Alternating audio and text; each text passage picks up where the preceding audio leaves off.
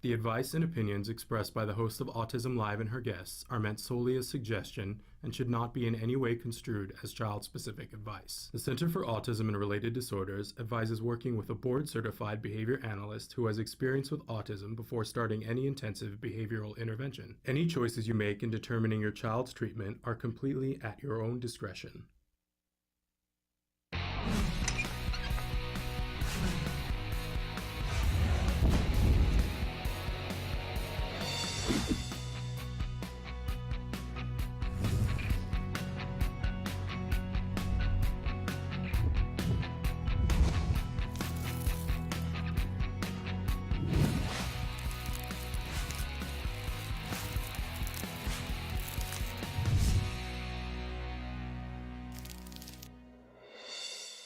Good morning and welcome to Autism Live. I'm Shannon Penrod and we are webcasting to you live from the Center for Autism and Related Disorders headquarters in Tarzana, California. We just have a couple of more weeks from Tarzana, California because we are going to be moving and we'll keep you updated about that.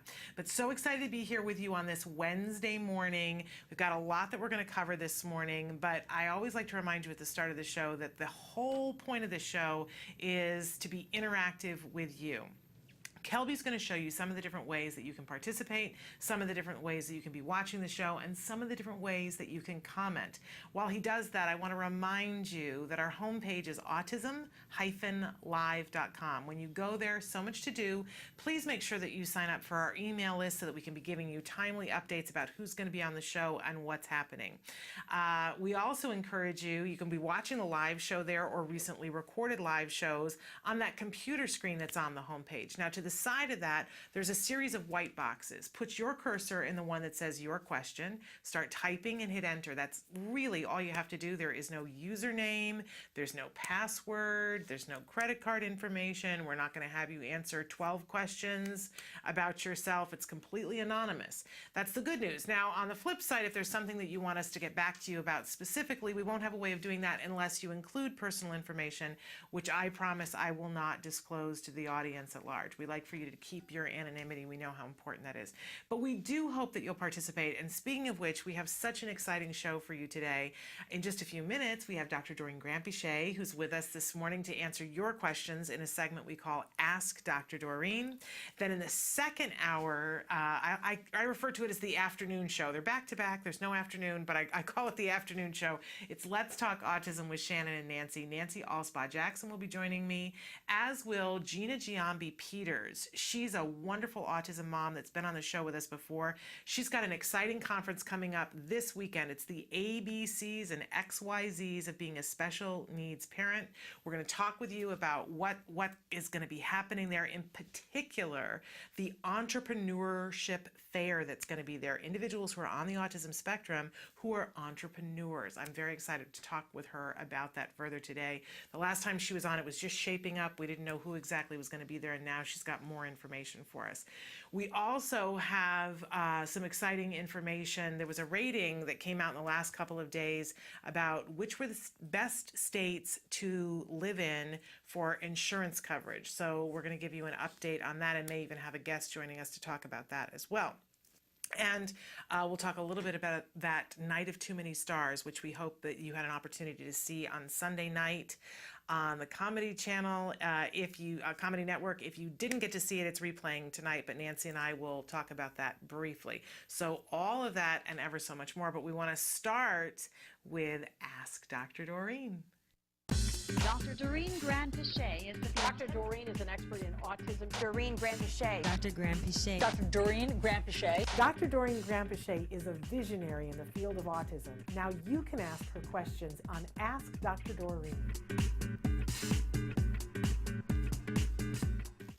Welcome to Ask Dr. Doreen. We're here with Dr. Doreen Granpeesheh. Good morning. It's so thrilling to have you here with us this morning. Thank you. It's always a pleasure to be here. Well, I always like to remind people, if this is their first opportunity having a chance to meet you in this format, that you are a true expert in the field of autism. Thank you. You've worked in this field for more than 30 years. I always kind of get choked up when I say that because I feel like I'm telling on you because you look so young.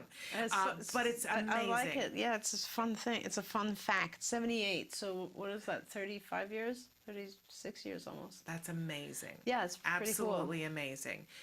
So she started when she was in utero, but pretty much. But you've been working in this field for so long. You truly are an expert in the field, but you are Thank also you. a visionary in this field of autism. Well, I don't know. I mean, this is pretty much, I always say this is what I know. This is the only thing I know is autism. I don't know much about anything else, but autism has been my life for a long, long time. So, well, you're a gift to all of us. Thank We you. appreciate all the work that you've done, all the work that you're getting ready to do, and the fact that you, in amidst all this, that you take an hour a week to sit down with us and to answer people's questions in real time is really a gift. this is a pleasure for me. I really enjoy. First of all, I have to say I'm astounded because we continue to get more and more questions. I think our viewers are increasing. Yes. Because we're getting a lot of questions, and it's really lovely to see that. It's a nice thing to be able to reach out to parents. I only have 1 day a week now where I can see patients, and often that's taken up by other things as well. So I don't get a chance to see patients that often anymore, and so this is an easy way to connect with people and just give some general guidance. Although we do want to caution people that and I was reading the questions today, some of the questions are just so it's very difficult for us to answer without having met your child and done a full assessment of your child, because honestly there's so many factors that influence how things go in therapy and what's the right thing to do for your child. So please take that as a word of caution, that most of what we suggest on this show and all of our other shows are just suggestions or loose guidance and should not really be taken as therapeutic intervention. Yeah, I always like to remind everybody that there's no expert that could give individual specific advice in this format, and we appreciate that you're cognizant of that, and it's a wonderful thing. How often are we at a meeting with somebody where they're, just carte blanche saying this is what it's like, and we have to remind them, hey, with autism it's not, it's individuals. Yeah. And sometimes because of the fact that we're limited and we're trying to answer at least 10 or so questions each time, it's hard to, perhaps our advice doesn't even apply. So, and sometimes parents would do write back and say, no, actually X, Y, and Z, Right. and then we try to correct that. But And we appreciate knowing that. it's just general guidance Yes. is what we're trying to do. And hopefully it helps you to figure out what questions to ask next. And Exactly. I think that's a huge gift. Absolutely. Because if you don't even know which questions to ask, you're really by yourself. And none of us should be by ourselves in this. So I want to get started, jump right in with a question that came in via Facebook. And this happens to be a mom that I know with a little guy that I have had the pleasure of meeting who's really wonderful. She says, Dr. Doreen, please help. And this is a slightly longer one, so bear with me. My son turned 5 in December. He is nonverbal. I'm going to need to borrow a pen. Yeah, I'm sorry I didn't That's give you a quite pen. I I just gave you wanna paper. make sure I take notes but about this. I thought that you were so transcendent that you could write with your finger. There we go. Okay. So 5-year-old. 5 in last December. He's nonverbal. He had a therapist leave at the beginning of January, and he was without for almost a month. A new therapist jumped in the beginning of February and has been doing amazing with him. He has resorted back to some of his old habits that he hasn't done in a while. So some of the things that she details, he pours liquids out of his cup during the middle of a meal. He'll walk over to someone else's drink and just pour it onto the ground. There's been some hitting, not angry hitting or even frustrated hitting, more like attention-seeking hitting. I will be talking to someone or on the computer and totally not paying attention to him, and he will come over and just smack down both of his hands on my arm or lap. Once I look at him, he walks away. If I ignore his behavior, which I was instructed to do, he keeps doing it until I do look at him, and then he walks away. And lately, even though he is potty trained and has been for almost a year and a half, with the exception of wiping his own butt, which we are still working on, he has several times just dropped his drawers and peed on the floor in the living room, laundry room, backyard, and just yesterday the playground at school. Ironically, he does this when no one is around. Unlike the others where he looks at you to see or seeks your attention. The peeing behavior he does when I leave the room or I have my back turned doing dishes or he goes into the other room. I now have to lock all the bedroom doors so he doesn't go in and pee. Only door left unlocked is the bathroom door, which he does use often, but occasionally he just decides to whip it out wherever he is and just go. She says, I chalked it up to routine, people out of his life, new people in his life, but it has been over 6 weeks since his new therapist started with him. She's so vastly different than the previous one in so many amazing ways. So my question is, change in routine, because I know everyone is different. How often does it normally take for a little guy who's 5 and nonverbal to adjust? Could it still be that he's adjusting, or do you think that these behaviors are related to something else? More importantly, what do you suggest to eliminate these behaviors, especially the hitting and the peeing ones? Open to any suggestions. Last thing I need is a call from the principal that my son can't come back to school because he exposed himself. He's 5. He doesn't understand that part, but he does understand that he needs to pee in the toilet. Help! Okay. So several different issues. I'm going to ask you to reread some parts of this because Absolutely. there was a lot of data in there and it's not in Yes. front of me. First of all, you shouldn't expect, this is not an adjustment. This is stuff that's going to happen. And this is what happens if you have a therapist who is placing a lot of demands, and usually our good therapists do place a lot of demands. We start to just get a bunch of challenging behavior, and this is just the child kind of acting out and saying, hey, I don't want to do this, or I don't want to do that, or whatever it is. Don't think that this is just going to go away on its own. In fact, for quite some time, you should expect some behaviors to crop up here and there. Just they'll come up. And as long as you know how to deal with them, they will go away. So, and especially don't forget the golden rule with nonverbal kids in particular, until they have some form of communication, you will have challenging behaviors, period. That's what it is, because challenging behaviors are an expression of either need or frustration. That's what it is. So how else is he going to express himself other than these challenging behaviors? He's nonverbal. So we have to be working also at the same time on, I assume, a picture exchange communication system or an augmentative device of some type, or a reading program, or verbal. Something is in place, I'm sure, that is gradually building his communication ability, and that is the most important thing you could be doing, because as he learns to communicate in other more appropriate ways, these types of things will go down. Otherwise, they're not just expression of anger. They're just, they are an expression of, I don't want this, or I want this, or I want something else, or I don't want to be doing this, or hey, nobody understands me. That's what he would be saying. So if he could speak. So let's take a look at the 3 behaviors are listed. The first one is pouring liquids out. That's actually really easy. Just make sure there are no cups around. Make sure that all the cups that you have are like sippy cups, or if there's an open cup, just put it out of reach. This is important to do for just a short period of time. It's a habit.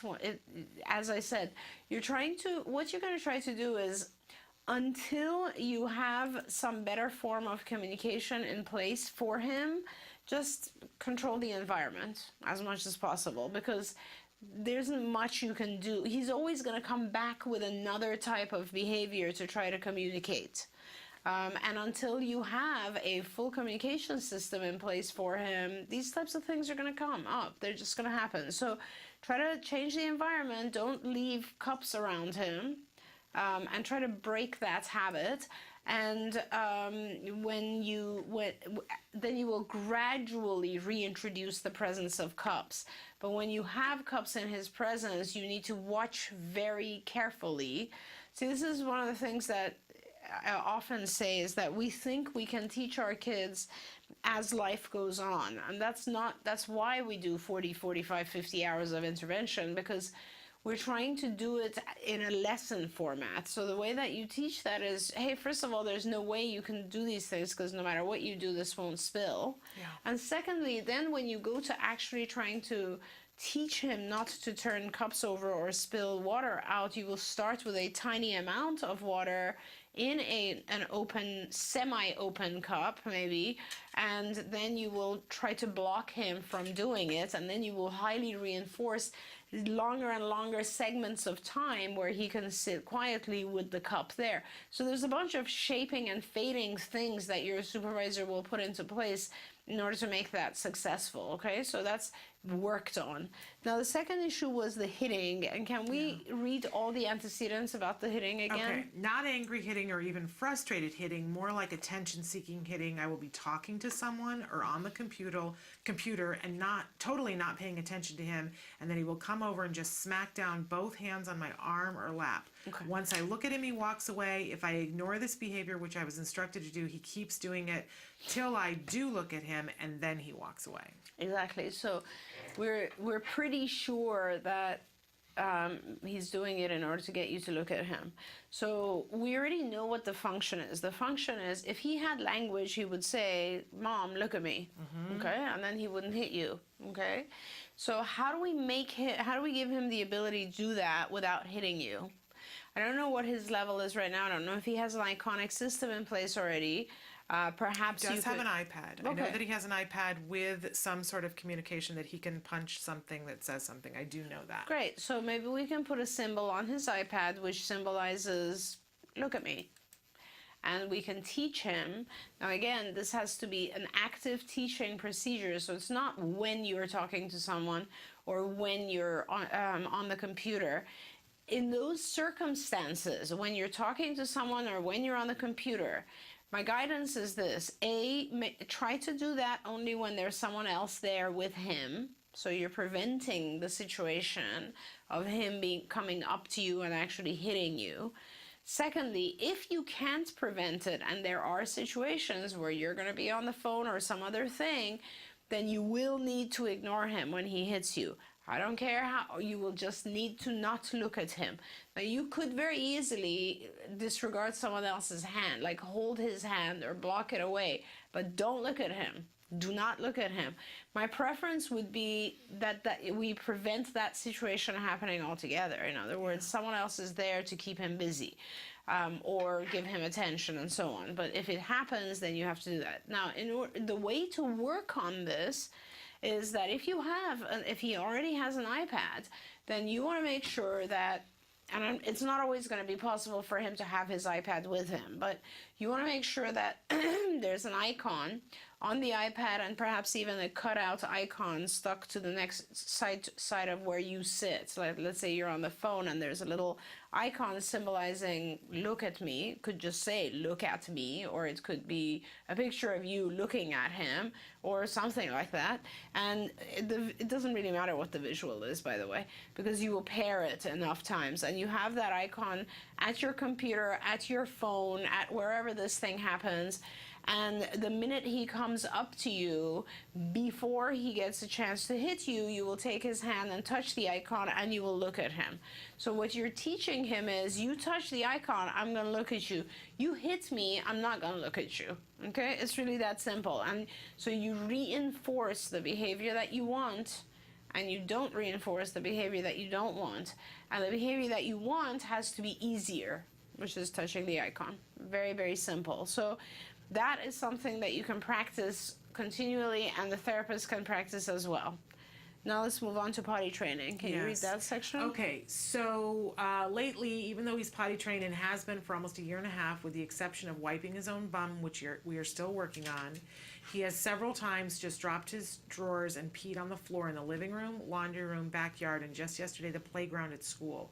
Ironically, he does this when no one is around, unlike the others where he looks at you and seeks your attention. The peeing behavior he does when I leave the room or have my back turned doing dishes, or he goes into the other room. She's now locked all the bedroom doors so that he can't go in there and pee. The only door that's left unlocked is the bathroom door, which he does use often, but occasionally he just decides to whip it out wherever he is and just go. This is very important, and you're right, it can cause some problems in school right away.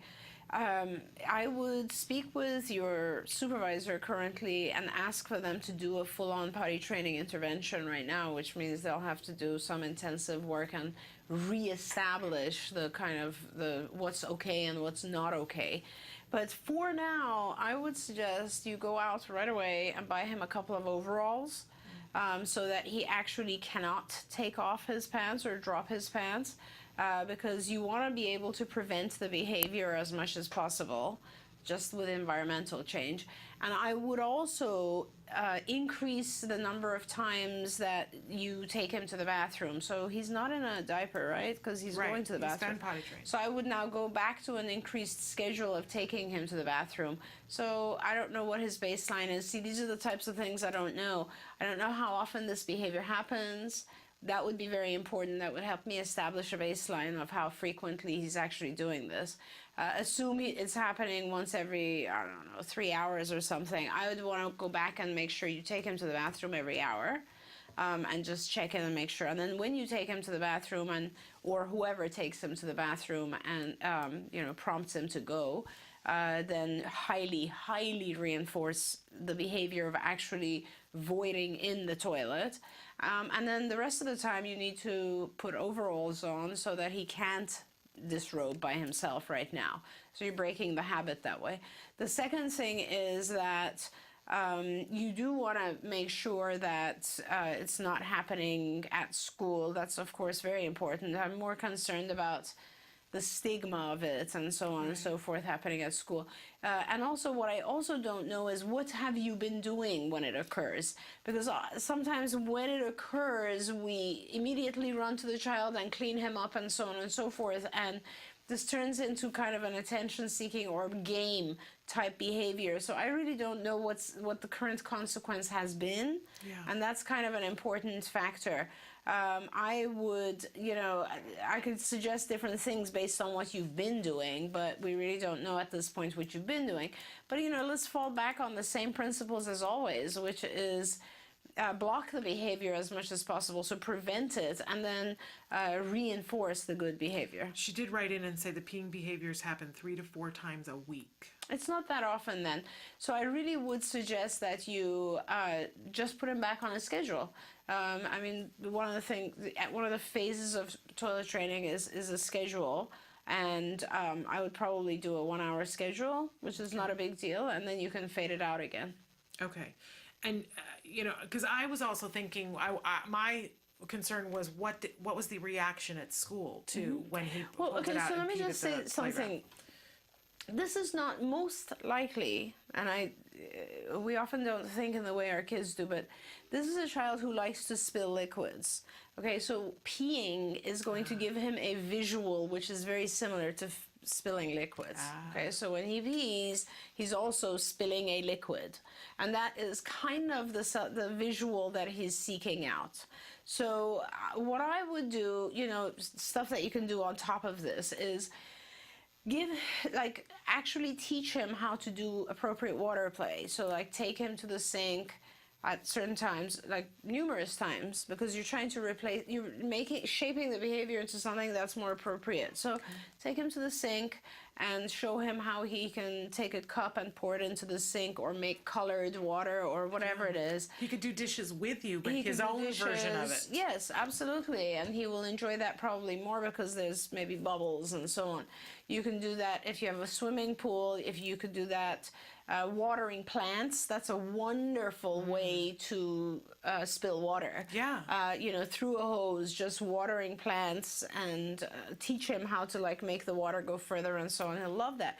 It'll totally be a preferred activity than just spilling or peeing. Yeah. So that's sort of one way to, even if you make it more fun than just spilling or peeing. But I can tell you, I know my kids. I have lots of kids, and it's fascinating to see that a change in potty training is actually seeking out visual stimulation, which is the visual of how water pours or goes at an angle when it spills. And it's funny that our kids find that interesting, but I have several kids where if they can't see it, they won't do it.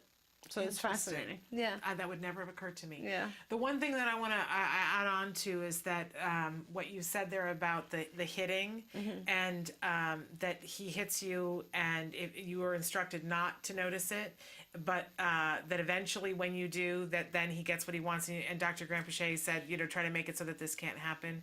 just think about it in terms of if you had a goal, something that you needed to do, and I know that you're one of those on it moms and you're driven to do something, and if it just took you a little bit longer to get what you wanted, you would double down on it and you would work that much harder. So I always remember one of the first lessons when one of our first therapists came, and they were the voice in my ear and talked to me through, because I was about to give attention for something really bad, Jem hitting his head on the kitchen floor, and I wanted to give in. And they said, if you do now turn and give him the attention that he wants, all he'll have learned was that I have to try that much harder, and I will engage in this behavior that much longer. And do you really want to do that? Yeah, because if you think about it from the child's perspective, this is how they're thinking. They're like, okay, wait, I used to tap her and she'd look at me.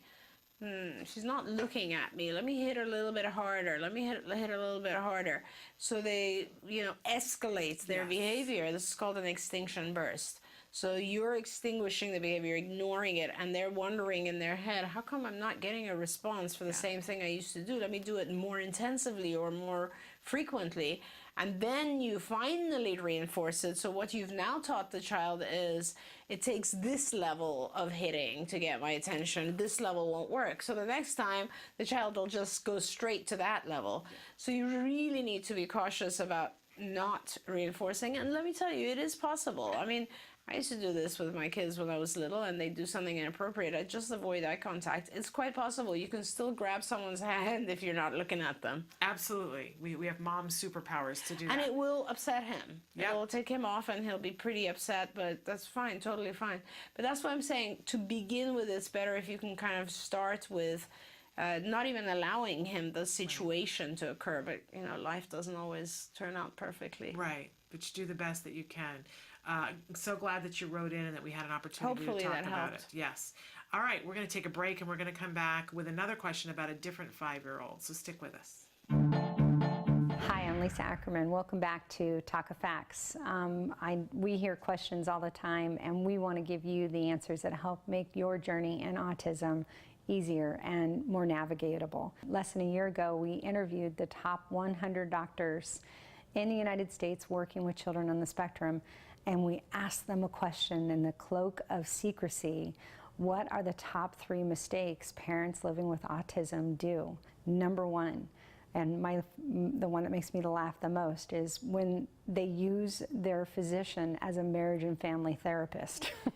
1, the doctors told me it made them uncomfortable, and 2, they were highly unqualified to provide that type of advice. So the night before your physician appointment with your MAPS doctor, get together with your spouse, significant other, and write out the list of the targets and the agenda that you want to cover at the physician's appointment. Get in sync. Then you'll be definitely spending less time and not making that doctor so uncomfortable. Second thing that was the most common mistakes parents living with autism make is they want to go too fast. And really, you want to pace yourself in the autism journey. We all know that we want to get our kid to be the best they can be and hopefully recover from autism. And what a lot of the doctors have told me is that you want to really pace yourself. 1, to let the labs be your guide, and 2, work with your physician on the prioritization and the delivery of the different medical interventions. The third most common mistake they felt families made was giving up too soon. And what you need to know is they're invested. They're looking at wanting to get the best from your child. But I tell you that when I got that and consolidated the 100 interviews with these physicians, most of the doctors who brought that up had tears in their eyes. They want you to know that they're in the fight with you, and they want you to know that hope is really real. It may take hard work and it may take time, but to not give up and to stay in the game. So let Taka help you. We'll have some more Taka facts for you in the future, real questions and real answers for the autism journey. Welcome back to, thinking about all these things. Autism Live, we were just talking about some really big stuff that we're going to get into in just a second, but welcome back to Autism Live and to Ask Dr. Doreen, and we're all getting an opportunity to talk with Dr. Doreen Grandpichet this morning, a true expert in the field of autism. We were just talking about one 5-year-old who is not verbal, and now we're going to switch to another 5-year-old, and they said, "Hi, and thank you for your positive show. I'm struggling lately to stay hopeful and positive as things unravel, like my ABA program has come to a standstill for the last 2 months while we find behavior assistance to fill our 20 hours. My son is 5, and I see him regressing back to repetitive vocal and finger-wrangling behaviors. He isn't using his functional/pragmatic language as much either.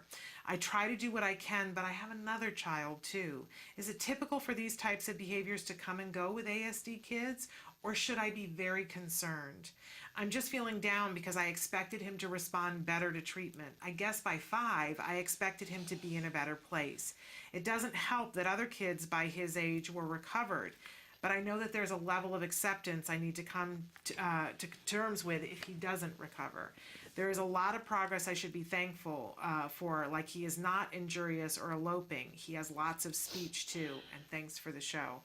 And, this really brings up all the emotion. And I was saying to Dr. Grandpichet that, Nancy and I are really starting to see that there are different places along the way as autism moms where, we have expectations and then we have to adjust, and then we have expectations and we have to adjust. And it's different for all of us because we're dealing with different things, but it's all emotional. Yes, it is. So, yes, it is. And, I just, as a non-autism mom, I want to tell you that I think the same holds true for other moms, too. We all adjust to different things, right? I mean, you have certain dreams and wishes and hopes for your kids, and things go a different way. Yeah. And sometimes with typically developing kids, they are more independent, so things can go a different way pretty fast. Right. So, there's other aspects to all of that. We do constantly have to adjust. That's just part of realizing that you've produced something who is not you. Yeah. So, but having said that, I want to assure this mom, first of all, that, this is, the whole up and down process does occur quite a bit. It isn't like, with some kids it is. With some kids who are very mildly affected, or if all the blocks are in the right place, let's put it that way, then things just go ridiculously smoothly. I remember I often would present this data where you look at kids where there's like up and down, or there's kind of a plateau and all this sort of stuff, and then you fix some aspect, which I'm going to talk about, and then all of a sudden acquisition just shoots up. So I've had that over and over and over throughout the years that I've worked with kids. So what I would recommend for you is, a few different things. One is have someone else assess your program. So I don't know who's doing your ABA program. Even if it's one organization, like let's say if you're at CARD, try to get to have another person, a senior person, evaluate your program. Like that's what I do. I often see kids, and I will look at their program, whether it's CARD or non-CARD. I see a lot of non-CARD parents. And I'll just look at their program, and I can also do this online, or any of our senior staff can do this online as well. And what we do is we'll review the lessons and program, we'll view actual ongoing therapy. I mean, I oversee some of our kids in South Africa even, because I love the families and I want to see how the kids are progressing, so I just want to see them do their lessons. So it's very easy for us now, given technology, to actually see the interactions, spend some time looking at the child and their responses, and going through every lesson and figuring out if we have the right stuff in place. Generally speaking, it sounds like you're not even hitting 20 hours. Do not forget that is a big factor. I mean, I've published twice now on the intensity of intervention. We just have another publication coming out on the intensity of supervision actually affecting outcome. So, from my perspective, I'm about to write a paper, which is a standards paper, which we're looking at, where I'm going to say for who, okay, so I'm very blessed in that I was in the original research, the 1987 study, and involved with Lovas when we were doing all of that. And the other day I was looking at some of our kids, and I was writing a standards paper, and I was looking at our standards and thinking, okay, an intensive behavioral intervention program, which your child is 5 and still qualifies for this, is 25 to 40 hours. 25 to 40 constitutes comprehensive and intensive.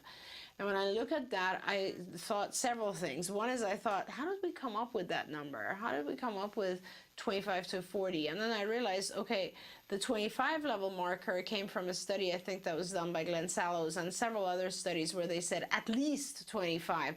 So there are some kids who do very well with 25. That doesn't necessarily mean that 25 and 40 are the same. They're not, obviously. We've had numerous studies showing the more therapy you do, the more acquisition there is. It's a linear regression that it correlates all the way up. So you can increase how well your child does by increasing how many hours of therapy. And there is no maximum. I thought to myself, why did we say 40 hours? And of course, Professor Lovas is no longer with us. So I actually wrote to the only person who was my colleague at that time at UCLA when we were doing that study. And he said, and that's Tris Smith, Dr. Tristram Smith, and he wrote back and said, good question, I don't know. I think we just came up with it because it was what we considered to be intensive back then. You have to realize when we did that study and when Lovas suggested let's do 40 hours and see how these kids do, even 2 hours sounded ridiculous. The science had not developed. The field had not developed. The maximum these kids were getting was 2 hours of speech a week. So to go and it's ludicrous. And thank you, Ivar, for having had the courage to go ahead and say, hey, let's see how these kids do with full time. And that's how we define 40 hours. But from my perspective, and they, of course, did extremely well. Who would have thought? I mean, and that's his true genius. And I have to say, it's not about, I credit Lovas. Of course, Lovas was the one that brought the whole concept of ABA to the field of autism. It was his doing. But more than anything else he's ever done, I think it was just the genius of having the courage to say, let's give these kids 40 hours. Well, you know what? I'm going to be the one that writes a paper that says 40 hours shouldn't be the upper limit. Because sometimes I see with our kids, they need more than 40 hours. They will do well if they have 50 hours, or why not? And I remember this very, very clearly when we did these studies at UCLA. Our goal was every waking hour. That was our goal, every waking hour. And the concept was if we do 40 hours of therapy, then the parents can cover the rest. Right. The idea was never, okay, let's do 20 hours of therapy, and part of that is the parents as well. I mean, that just isn't enough. So what I'm saying is with your child, it's possible that if you're not even doing 20 hours, let's say you're doing 15 and you're trying to fill in the rest of the hours, the most of his waking hours are non-therapeutic time. Most of his waking hours, he has the ability to develop these bad habits. So we're kind of going in reverse. And I hate to say that to a mom who's put a lot into it. And you're right, by the time they're 5, we do have certain expectations. But on the other hand, I've had kids who entered at 5 and recovered at 10. So don't give up. Keep pressing for more.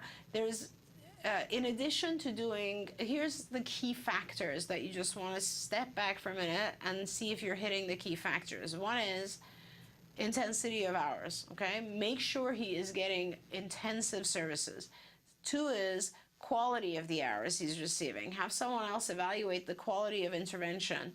I've seen ABA that is golden and ABA that's horrible. You need to make sure they're doing the right things, the right treatments, functional ABA, everything is being done right. The content is right and the procedures are right and everybody on the team are doing it the right way.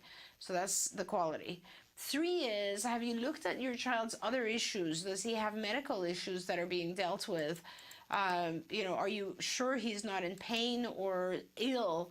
Like sometimes I want to point out typically developing kids who have allergies.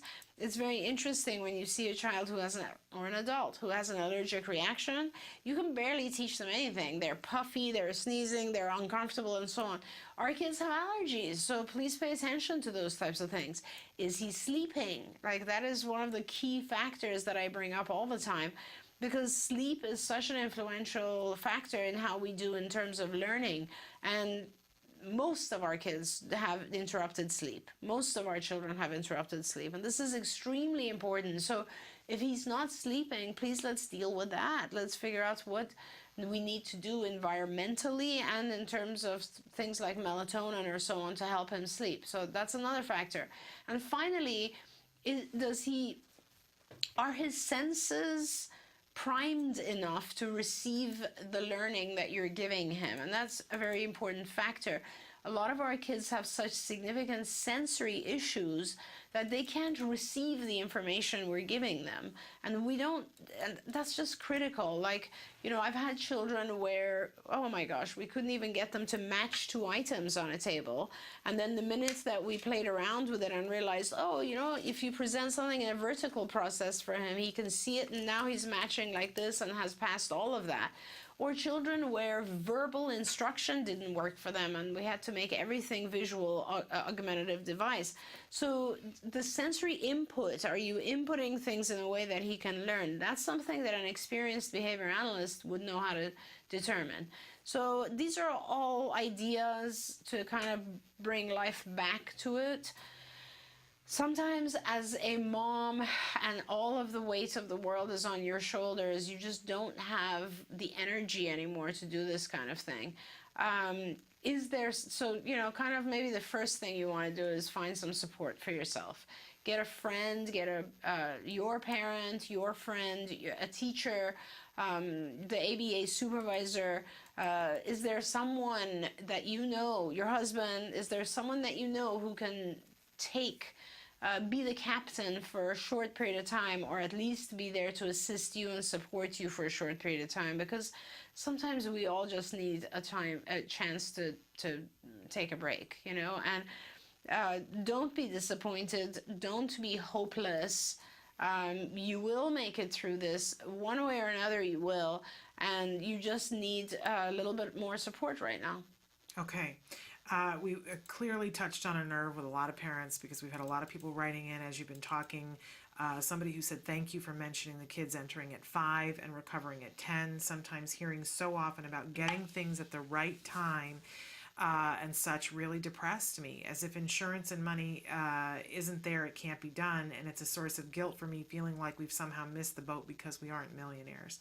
Can I just touch on that real quickly? Yes. And I want you to read more of those. That's important to me. But I do, more and more. And if you remember, Shannon, a few years ago when insurance came into play, I saw the future and said, we're going to have issues with insurance in a year or two. And of course, we're there. Yeah. And the insurance companies took about a year or two to recognize the fact that this is expensive and it's ongoing. And of course, they're now alleging all sorts of stuff, and I want to be very public about this because this is not right. It's unbelievable. This is intensive therapy, and nobody wants responsibility for this.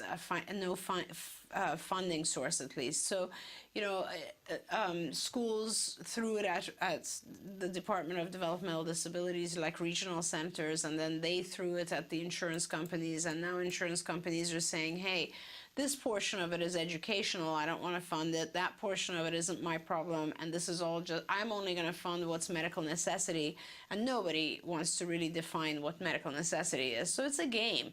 But I want to tell parents who are listening out there, how many of you have actually taken this to an appeal level? Because let me tell you, we win every appeal. It is important, if your insurance company has denied coverage or decreased coverage, it is important for you to appeal. Most appeals at this time are actually being heard and are being responded to positively. It is very important for you to do that. Medical necessity basically means anything your child needs in order to function and survive.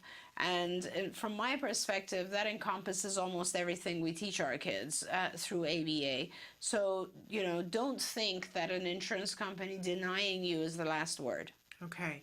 And so I do want to remind the mom who wrote in about the 20 hours, really imperative that you take advantage of the 20 hours that you have, and really want to encourage you. I want to encourage all of us, myself included, that we don't give up, right? That we don't ever give up. There's always something more that we can do. There's something more progress-wise. And whether it's you that could actually do something, or going to your family or to a volunteer group it doesn't necessarily take money to build your program. It's certainly easier. Nobody is going to deny that. But we always refer to Maddie, that one of the first children who used the skills program, because there was no ABA program where her parents were, they went to the people at their church and said, we will train you in how to do this. Will you volunteer and come in and work with our child? And their child recovered isn't the term that their doctor used. Their doctor uses the term in remission. That's wonderful. I don't care what you call it. I don't care what you call it either. And that they did with volunteers using the skills program. There is a way. You just have to get on that backpack that says, I'm going to do whatever it takes until I can't anymore. And I'm more concerned, as I always have been, for the moms and the parents than I am for anything else, because I'm a mom of 3 typically developing kids, and of course I have CARD, which is a big business and it's hard to manage, and all these other things that I want to do. But I have to say, 99.9% of the time I feel overwhelmed. I feel exhausted and overwhelmed. I cannot, with all the people in my life who help, all of my assistants here at CARD and my husband, of course, and so on, I always feel like there's not enough time to do the things I need to do for my kids, just for my kids, and they're typically developing, right? So what I want to say to every mom out there is, nothing will happen if you take 3 days off from life, 3 days off, to just plan things. And this goes to you as well, Shannon. I know, just take a couple of days off and just plan what you would like to do for your child differently. All the things you haven't had time to do, whether it's, meeting with a doctor or with someone who's going to change things, or whether it's just taking the time to plan and say, I need to do this and I need to increase that. Just take that time and do it. Nothing else is going to happen. You would take that time if you had a cold. Which one's more important? Absolutely. I am hearing that. I am hearing that, because there are things, just keeping it real, there are things that I'm not doing for my child either. As well as for yourself. As well as for myself. Absolutely. We're running out of time, so, and there are so many questions to choose from, but in this vein, I'm a parent from India, and I'm doing skills for the past 3 to 4 years. By now, my son is age 11 and a half, must have progressed so well if he was given a very intensive therapy.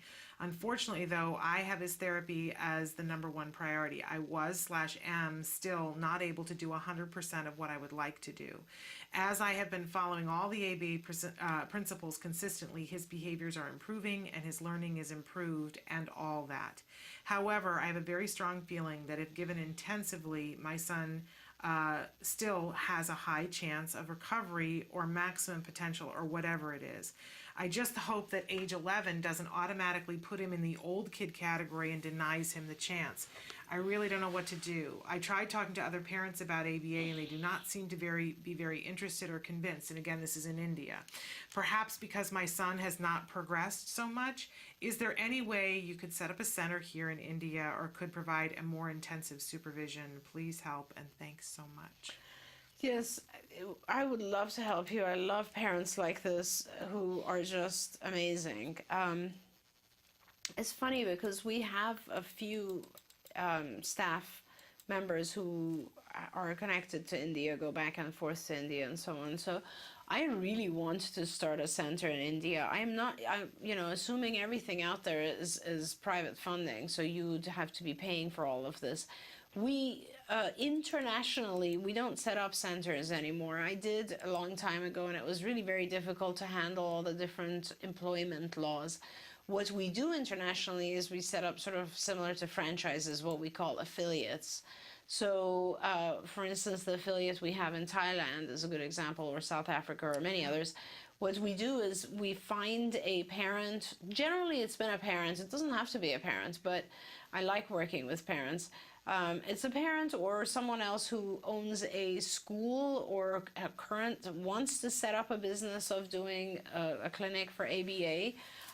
And we will then guide and assist and help run the whole thing. And we will train staff for you. We will send a lot of therapists and supervisors. Like right now, I think we have, I'm not sure, 2 or 3 therapists in Thailand and 1 or 2 supervisors. And then supervisors who go there also fly there regularly to give oversight. I just met a gentleman, one of our male therapists in one of our Northern Cal offices because I was there last week. And he said, I just came back from 2 years of Thailand and it was one of the best things I've ever done in my life. And I just loved it. I love to hear stuff like that because it's so fabulous for our therapists also to go to the other side of the world and do this work. So, you know, India is a place that a lot of Americans would love to spend some time, including myself. I would love to visit India one day. And I encourage you to reach out to John Galley, who is in charge of our remote services, who is a brilliant young man who is just a fantastic human being. His information is j.galley, Galle, at centerforautism.com. Please reach out to John Galley. If you didn't get that and you just want to go on our website and send in a comment, you need to request remote services. And then he will get on this. He will give you whatever resources we have out there. Try to find volunteers, people in your religious community who might be able to help increase the hours. 11 is not a end point by any means.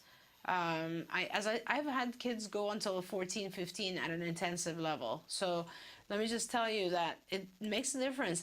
Our research publication that came out a couple of years ago showed that we're just replicating that right now, that the intensity of hours have an effect ongoing throughout life. There's no plateauing with this. It just is reality that once the child gets to a certain point, there's more and more and more to teach. So it becomes harder and harder, but nevertheless, I don't want you to give up hope just because your child's 11 by any means. He's already shown, just with a few hours that you've done, he's shown such progress. If you haven't seen Recovered yet, it's a great video See to it, watch. yeah. And Nick, who's featured in it, went Till 14. 14. Yeah. And that's a huge inspiration. Nick, who is out there doing amazing things with his life right now. Absolutely amazing. Teaching and giving back. Okay, I want to squeeze this question in because it's about skills. It's in 2 parts. Hello, Shannon and Dr. Doreen. Wanted to let you know that we love you and admire you both. We have been using skills over a year now, and my son has made progress. I can't afford the card workshop model for remote services and hope one day I will. I have a question on a lesson we introduced last week about auditory memory. He has some language enough to express needs and ask questions, but missed to listen direction when done in natural environment. Although he had mastered 4-step directions with 2 distractors, because he likes working for a price, I guess. When we ask for clarification on what did she say, the teacher, for example, he said, I don't know.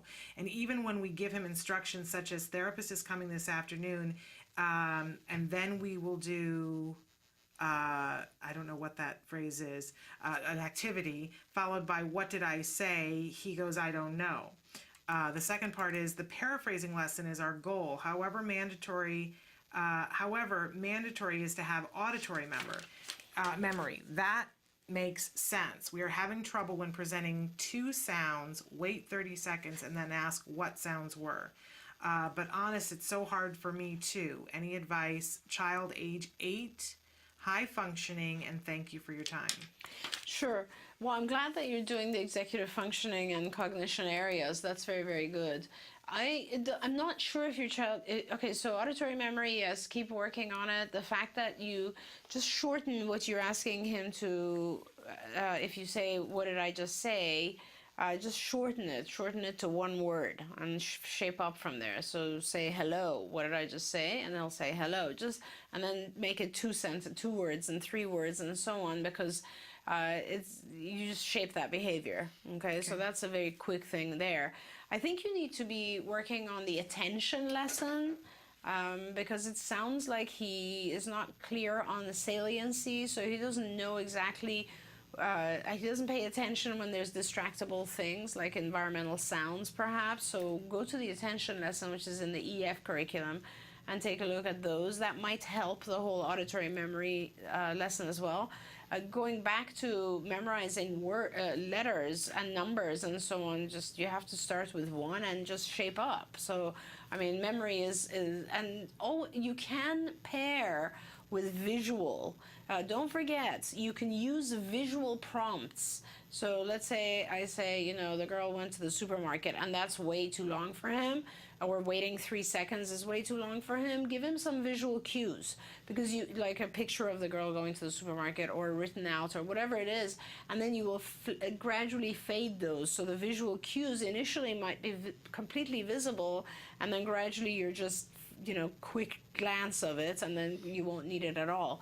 So, you know, you will, and at the same time you can start with very short sentences, increase the duration, and at the same time you start with very short duration of time waiting, like 1 second, and increase that. So you're kind of shaping 3 different versions of factors involved in teaching. Okay. You're making the duration of time he waits longer. You're making the flash, you know, you're giving a visual stimulus, and you're making that less and less so that it becomes all auditory, and you're increasing gradually the length of what he has to remember. So in effect, you're slowly making it more difficult. Okay? Love that. And also with paraphrasing, don't go there yet. Yes, let him get very good at attention lessons and auditory memory lessons, and when you start paraphrasing, write it all out for him. Paraphrasing is sort of it's the lesson where you will say something and then want the child to say it to you in a different way, like what was I intending to say, or what did I mean? Okay. And don't go there yet, because it will completely confuse him. Make sure you get these other components done first. Okay. I want to go to a sensory question now before we get to the end. Hello, Shannon and Dr. Doreen. I have a 5-year-old daughter with PDD-NOS. Her teacher told me she can hear noises in classrooms down the hall. She also talks about the road noise when they go outside. Sometimes when I am talking to her, she says I'm yelling, but I'm using a normal level of talking. She has a lot of sensory issues. Can she be oversensitive to noise? And thanks for your help. Yeah, and if you look at the question right before it, they're both asking about oversensitivity. And yes, absolutely. I mean, I think this is one of the reasons that our kids have difficulty learning typically. They are highly oversensitive. Some kids are extremely oversensitive to sound. And I, you know, my personal theory on this is that this is actually why they've learned to shut certain things out, because if the sound of things are so piercing, so disturbing, the sound of your voice perhaps and so on, you will learn over time to just block that out, because it's going to cause a lot of anxiety and just pain. So, and just think about certain sounds that, like, you know, here's a good example for moms. Sometimes I get to what I call my autism overload, when like I'm busy at work and the phone is ringing and my 3 kids are all talking to me at the same time and the TV's on in the background and someone just, you know, turns on a music or something on their iPhone. I'm like ready to shoot myself, because it's sensory overload, right? It's just way too much coming. And I think our kids actually experience sensory overload all the time with various things. Some of our kids do for sure. So, you know, try to think of ways to reduce that overload for them. For the child who's in the classroom and they're extremely sensitive, I'm not sure, maybe even try having little earplugs in there so that what they hear is less.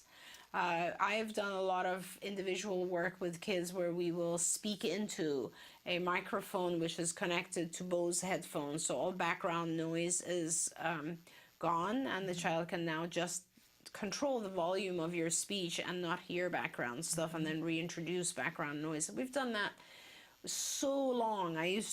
One of the things I do back in the 90s, I would record classroom sounds, and I would first work with the child on various lessons, extremely quiet environments in their bedroom, and then I would introduce in the background recordings of the school sounds so that they could acclimate to it and get used to it.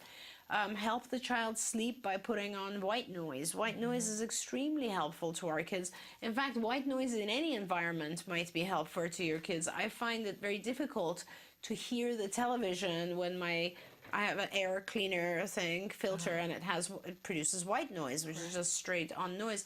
That detracts from the sound of the TV.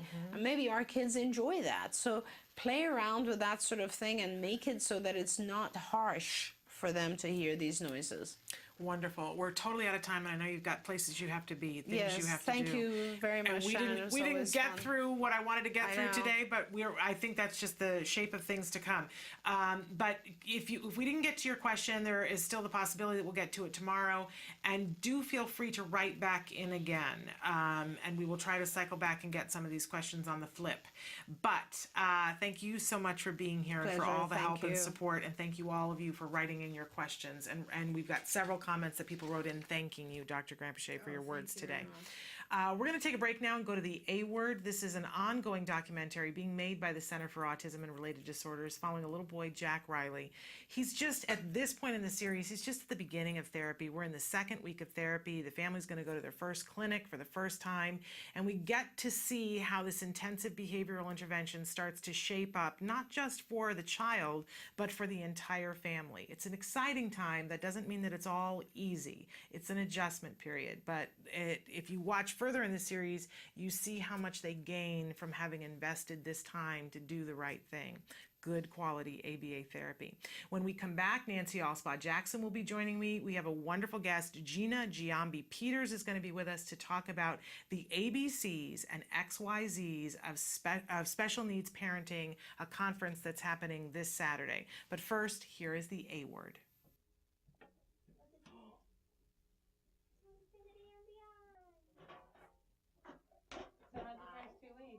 Great and awful. Yeah? Yeah, it's great progress and it's hard to get used to. Last Friday was rough for him. At the end of the second week, he had a rough. I think every session was rough for him. He's doing really well. Like I held up a green marker to him last night and asked him what color, and he said green. Yeah, No prompting. unprompted. And Black, Lavender did the same thing. black and blue and green. He's doing okay. The fact that he'll say colors without us telling him first, that's huge. But He's trying to say everything. it is. He tries to say tangled. Oh yeah. He says cars really well, of course. You say tangled. Tangled. Oh yeah. You say Bambi. Oh baby. Baby's fun. Excited to be talking so much. He's got a lot to say these days. Aw. Say red. Good, sorry. Red is always hard for him, so that's awesome. He usually just says bleh for red. He'll just vocalize something. Hear whatever comes out. They like it when I say something, so I'll say something. And he's so quick to do it now. You want the doll? Oh, she's pretty. Kiss her. Give her kiss. Aww. Clinic is where therapists come on the team together, as well as the supervisors and the parents and the child. And it's a great way to talk about his progress, and if the parents have concerns about the programs that we're doing or problem behaviors that come up, it's just a great way for us to have communication with each other and be on the same page so we're consistent with everybody that's involved, parents, therapists, and supervisors. Oh, you found it. What is that? Oh no. What is it? Guitar, yeah. Guitar. So we're having him demand for things, meaning we're having him request for things, and if he knows the label, we're having him say the label. So I mean, approximations are okay, but as long as he's asking us for something, instead of having us just give it to him, so that requires him to talk even more. Which book do you want? Which one? Mickey book?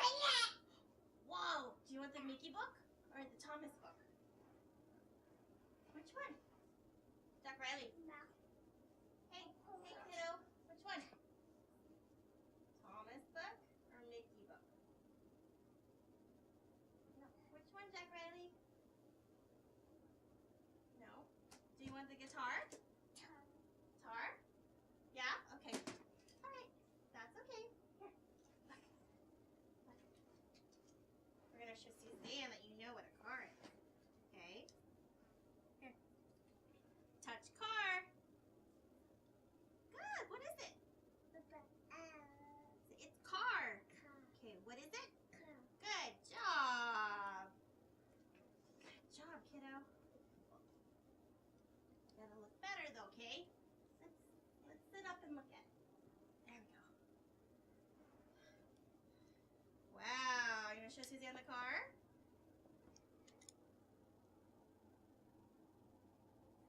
Vroom vroom. Touch car. Good. What is it? What is it? It's a car. Good. What is it? Good job. Oh, that's Suzanne. Hi. Hold on. Oh, you want to see? You can't see yourself. You got to be on the other side, silly. Woohoo! See? Do you see yourself? Wow. Oh. Really? He's doing a lot of talking by himself. No way. I know. He wants to have a conversation so badly today. I know. I know. You got a lot to say today. How else do you feel? Huh? How else do you feel today? You feel happy? Touch car. Good job. What is it? Car. Very good. Say, look, Dad, I did it. I did it. Good job. No? What are you calling that? If you say touch the thing in your hand. Oh, what we're doing is we're having one of the objects is one of the labels that we want, which is car, which is what we're working on, and we have a distractor. So we want to see the object that we're focusing on with something else to see if he actually can discriminate between the two. So I mean, I got you. so our goal is just to see if he can pick the right object, basically. Touch. Hold on. Touch. Hold on. Hold on. Hold on. Wait a minute. Okay. Ready? Okay. Touch car. No. Try again. Try again. Okay. Okay. Last one. Last one. Touch car. Yeah, touch it though. Touch car. Good. What is it? What is this? What is this? Yes, car. Okay. Someone helping him to stop? Okay. Yeah. Hi. That's the first time I've seen him really say hi. Well, he's very interested with Did he just say hi? He just looked at her and said hi. He did. And he looked at the camera and he said, No, he doesn't. That's seriously. I've never seen him heard say him hi to say hi. anybody, that's like the first thing we wanted to say to our families and stuff, is just say hi. He says bye-bye. Okay, come on, buddy. let's go. Go, Dad.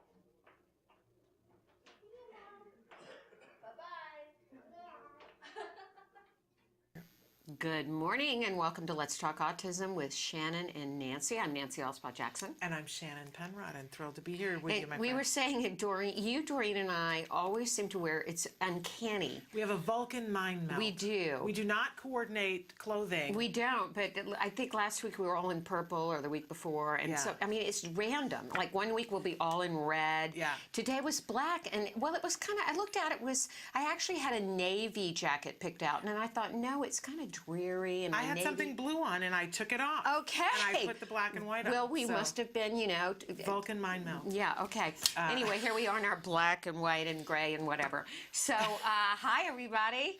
I was just saying to Shannon that I went to a parent training workshop last night at CARD in Thousand Oaks, California, and it was packed, actually. With our fabulous Dr. Jonathan Tarbox. And, on the way, I was talking to Reed about it, and I mentioned to a friend, we got to run because we got to go to this parent training. And she's an autism mom of 2 kids, and she goes, oh, my God, well, what are you going to learn? Put it on extinction? What are you going to... She goes, Dad, don't we know it all? Redirect? And I'm like, I don't know it all. Well, and I need to be reminded. You and I had talked earlier in the day, and I had forgotten that was last night, and I couldn't go anyway. But we were talking about it, and you said, is this really worthwhile to go? And I said, I don't know. I learn something from him every week that I sit here with him. Yes. So I think, I think it's worthwhile to go and hear Dr. Tarbox speak. So how was it? It was really interesting because it was a lot of the basics of what the functions of behavior are. Yet going through those, it's really enlightening to see how truly everything your child does has a function of the behavior. And it's also, you kind of sit there and you kick yourself because I think, gosh, if I'd only stopped Wyatt doing that when he was 4 and took a hard line and had the extinction burst, he wouldn't still be doing it at 13. But enough beating ourselves up because autism parents do that all the time, and that is not allowed. So... But he took us through some scenarios with some real-life clients that he had worked with, and he's had an amazing career, starting at Kennedy Krieger. I know. And some very disturbing behaviors that he had worked with and extinguished completely. So it was really interesting, and the parents had some give and take. So my understanding, Shannon, is that these are going to be given on a continual basis from Autism Research Institute. Yeah, Autism Research Group. Yes. ARG. Yes. And so what we'll do is we'll keep you informed of them because I really, really encourage you as parents to come. I don't know about you, but I could read something yesterday, and by tomorrow, I'm not really putting it into effect. Something that will make my life better. And I think there are always ways that we can refresh. And the other thing that he pointed out is this is not easy. We have our feelings about things we must do with ABA, but then there is the action, and the feelings will go away when we have success. Yes. And that's really important to remember, right? It really is true. And for those of you who are watching and think, I don't live in Southern California, so I can't get to these things. I know some of you have written in because we've been promoting that event when Dr. Tarbox is here the last couple of weeks. And some of you have written in and said, is there an opportunity to do this online? In that particular format, there isn't because of HIPAA rules. They want to make a safe environment in which the parents are there, get an opportunity to talk about their individual kids. But we have talked about the possibility of doing something that's like that in a webinar format. Oh, okay. So we'll keep you posted on that. Okay, like a webinar teleconference type thing. Right. We might get an opportunity. And I to also just want to remind everybody that skills is, covers all of these issues. Yes. And if you cannot access CARD with, in-home behavior training, skills is just such a great resource for that. And the other component piece of that too is the IBT trainings to learn how to do from ibehavioraltraining.com. And I don't think I'm allowed to say it yet, but there's a very exciting thing that's going to be happening starting on April 1st for IBT. And it's going to make it possible for everyone who's watching to get to participate in doing some of those trainings. I don't think I'm allowed to say, but let's just say at a really great price that doesn't cost you anything. Okay, great.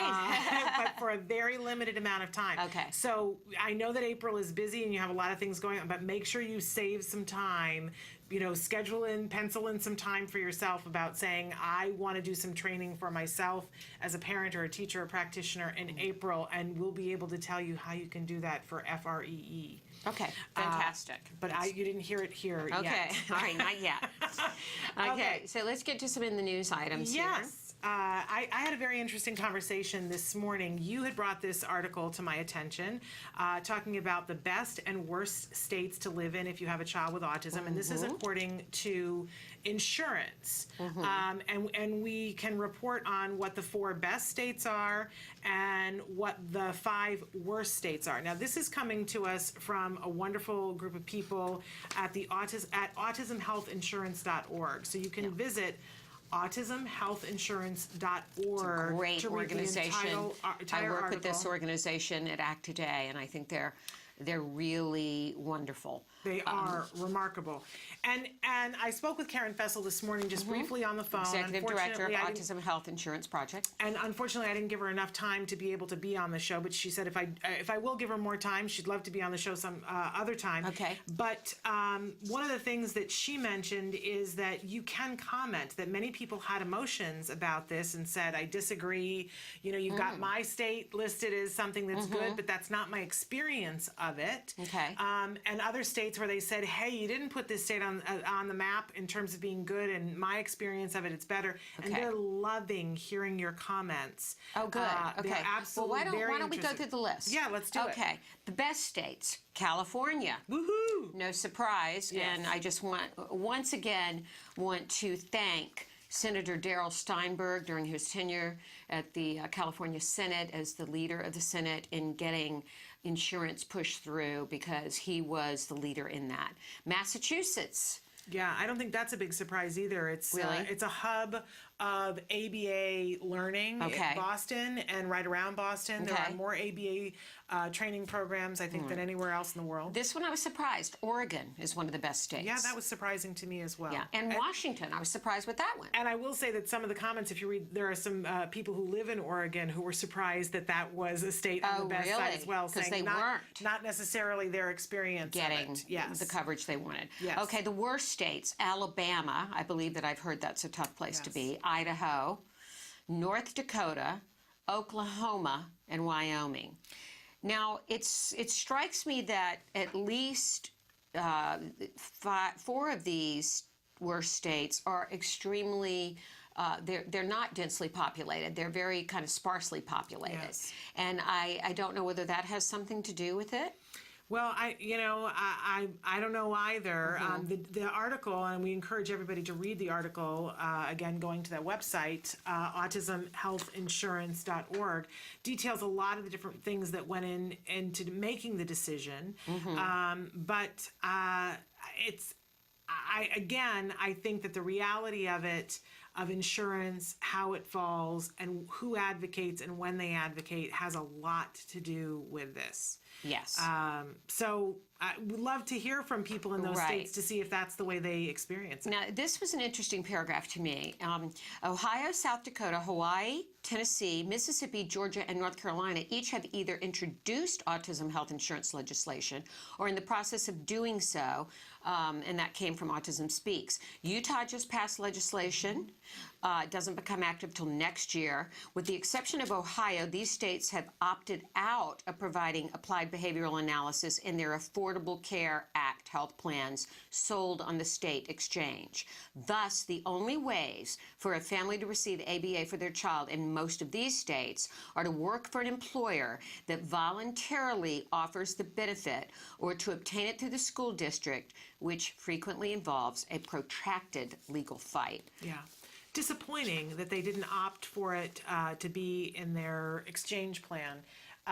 But it's so interesting to me how all this is shaken down with Obamacare. I believe that in the beginning, when we talked about health insurance reform, there was a part of it that was supposed to make it easier for people to work jobs and get the care that they needed and not be stuck in a job because it was the only way that they could get health benefits. Right. And that's what that 10 essential health benefit was supposed to ensure. Yes. That any plan, there was a level plan, that any plan would have those 10 things. I really fault is it Catherine or Kathleen Sebelius for opting to give that power back to the states and not doing what she was tasked with doing.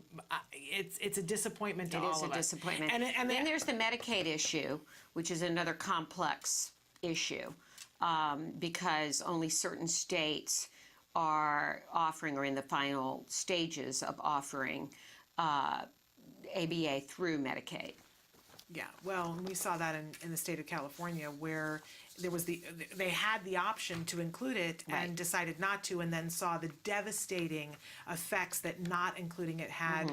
There's now been legislation passed where the directive came back from the federal government saying, you know, the intent was for it to be included. Yeah. So we'll continue to see how this happens. But at least here in California, now it is covered again. Right. Thank goodness. Thank goodness. All right. Moving on. Did you want to cover the Petco story next? You actually brought that in this morning, and I'm just looking at it. I can't find my story on the postnatal depression. It's right. Oh, here it does. after. Okay, this was an interesting one for me. Yes. And I thought it was misleading in terms of when I first read the... me too. Well, Me too. I first read the headline, "Does autism increase the risk of postpartum depression?" And I kept thinking, wait a second, you don't find out until later that your child, so how could it... I was like, what? Exactly. But what it means is that, no, what it means is that, from what I read this, is that people with autism have an increased risk of postpartum depression. Or if you have autism-like symptoms, that you are more susceptible to postpartum depression. Yeah. Which I found really interesting because I experienced postpartum depression, not the real extreme one, but I had to have counseling. I had a tough time hormonally afterwards, and I do think that I have... While I would never qualify for a diagnosis, I have sensory issues that put me, you know, somewhere on the continuum. Right. And have some issues. You know what I always say, puppies don't have kittens. Right. So when people ask me, you know, how could my child have had autism, and we know that there's at least a bit of genetic stuff, I always, you know, point and go, I'm sure that somewhere I contributed genetically to my child having autism. Well, my son was adopted at birth, but you know, in looking at some family history there were some things that might have been at play in his genetics. However, it doesn't surprise me that women with autism would have postpartum depression. I mean, this was kind of like sensory. Yeah, hormones are sensory, and also anxiety. Those on the spectrum have a much higher level of anxiety generally, and OCD and depression and things in general. So that doesn't surprise me at all. No, it doesn't. But it's just another sad thing in the array to look at and be aware of. That for those of you who have girls who are on the spectrum, and we hope and pray that there is an opportunity for them to be in a loving relationship, which results in a beautiful, healthy baby. But something else to look at to make sure that we should be watching all women after childbirth to see if they have the signs of postpartum depression. I know I went for my 6-week checkup and said to my doctor, I'm having a problem. I promised myself and my girlfriends that if this happened, I would ask for help. I'm having trouble. And he goes, oh, I'm sure you're fine. Yeah, well, it's the same thing. And I'm incredibly my child's articulate. Not speaking. My child's, you know, not making eye contact. Oh, he's a boy. You know. So when anybody dismisses you that way, it's time to find another doctor. And I said to him, I said, no, I'm not going to let you do that to me. I need to get some help. I don't want to get worse. I waited a long time to have this baby. I want to enjoy it. You know. And I fought and fought and fought until I got help. Good. Yes. All right, okay, and then the Petco story, real quick. Yeah, you devastating. I heard about this last night, and it just bums me out to no end. Young man who was working for Petco on the autism spectrum, was an exemplary employee. He showed up 30 minutes early, never rejected the chance to work extra hours. He, you know, would get after his mother if she bought pet supplies from somewhere else. Absolutely. And at some point in his training, there was a discussion of, there was a new store that had opened in their community that was also a pet supply store, and that they were going to honor coupons to be in competition with this store. And I don't know at what point they must have decided that they weren't going to do it anymore, and that information didn't get to this young man, so he was taking coupons for the other store because he had been told to. And they found out about it and had put a policy in place at some point, and they followed their particular procedure, which is that they turned that into the authorities. The police came and got him and took him via handcuff. They took him into custody. It was a 16-hour ordeal that this young man went through, that his mother reported that the other inmates, he was crying in the cell, and the other inmates were comforting him, but not the officers at the facility where he was being held. And he said he was just trying to help the business. Before they dropped the case, he faced a felony of grand theft. For honoring coupons. Now, and apparently it was over $1,000 worth of discounts that he had given. But again, he had been instructed by someone at some point that this is the way Petco wanted to do business. Right. Now, the charges have been dropped, and the Petco is continuing its investigation. They did issue a statement, which I would like to read here. We were troubled. This is from Petco. We were troubled to hear of this story and are continuing our investigation to determine the full details of the incident. At Petco, the health and safety of people, our partners, and pets is always top priority. As such, there are protocols in place to provide reasonable accommodations for partners with special needs, which starts with providing employees with the opportunity upon hiring or at any point in their time working with Petco to identify themselves as requiring accommodation for special needs. In this case, Petco was unaware that the employee required any accommodation. Petco refers theft or loss incidents that value over $100 to local authorities for review. In this instance, after the employee admitted to improperly discounting merchandise, Petco followed protocol and alerted the local police. After reviewing the information, the police made a determination to proceed using their individual guidelines. Once the matter is referred to the police, Petco is no longer actively engaged in any decisions made related to the incident. What's really I think the most disappointing thing in all of this is that he has dreams about it, of them saying you're going to jail, and his parents say he has regressed considerably. His tics, chewing on his shirt, picking at his hands, and have come back with a vengeance, and he's going to need extensive therapy. So that maybe that's something we can look into helping him with at Act Today. Love that. I think Petco should be charged with whatever it costs to help this young man. I do want to finish that. Petco said, At Petco, we seek to hire a variety of individuals who are passionate about animals and aim to create an inclusive environment where opportunities exist for all employees. We are extremely sensitive to providing reasonable accommodations to those employees who require it. As a part of our investigation, we have attempted to reach out to the former employee and his parents on multiple occasions to discuss the matter further, but have been unsuccessful. I just want to say that we pre-taped an interview on Monday with Dr. Stephen Shore. He's an individual who is on the autism spectrum. He teaches college at Adelphi University. And one of the conversations that we had with him that will be airing tomorrow, starting at 10:20 a.m. Pacific time, he talks about when to disclose, how to disclose, especially when talking about it with employers. It's a really difficult thing. And I think that Petco needs to buy a little bit of a vowel here that sometimes disclosing that you need an accommodation can be a difficult thing, and perhaps they need to be accommodating of that. And make people aware of the fact that they're interested. I don't think this would have taken too much humanity to have figured out without having to turn this into the authorities. I agree. In any case, we have a wonderful guest who's going to be here with us today. Yes. A wonderful woman who's been on our show before, Gina Giambi-Peters. And I haven't met Gina yet, so I'm excited about that. Oh, and she's wonderful.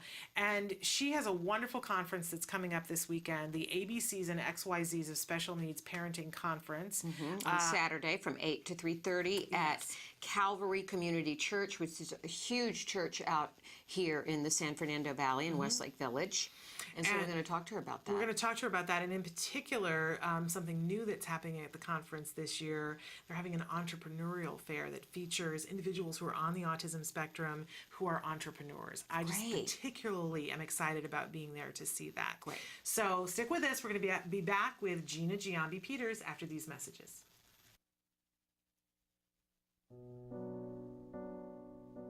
When you find out you're having a boy, you always think like, oh, he's going to play football, he's going to do this and that.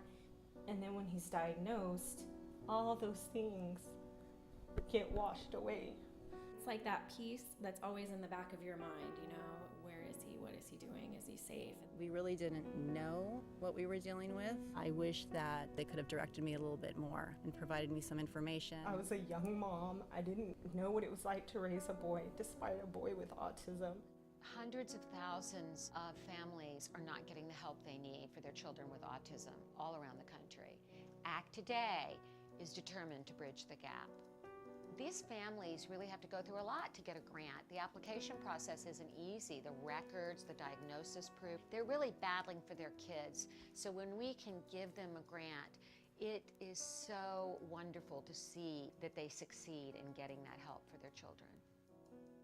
Our founder, Dr. Doreen Graham-Pichet, is an amazing woman, and she is one of the world's foremost authority on behavior of children with autism. She's extremely knowledgeable, and she oversees every single grant we give. She is part of that process. People may think of autism care and treatment as simply schooling or therapy, but we provide important safety supports, things like fencing, for example. The whole family's living in fear of that child running out into traffic. I recently delivered an iPad to a little boy with some of the apps that are out there for children with autism. Miracles happen. I got the iPad from ACT. From ACT, What did it say? Can you repeat that, Dustin? I got the iPad from ACT. We have helped so many military families, and when I think of these brave families that are fighting two battles, one to protect our country and one for the right treatment and care for their children, it breaks my heart, and I think we have to do more as a nation to help them. There's not a day that doesn't go by that we don't think about it. Some people say, oh, he's normal. You don't see the battles that I see every single day. My husband does have to deploy, and when they get on that bus, that might be the last time that my kids ever see them. So I called, and they informed me that he had received the grant, which was like a blessing from above. I was just like speechless. I just started to cry because, without it, we would have been lost.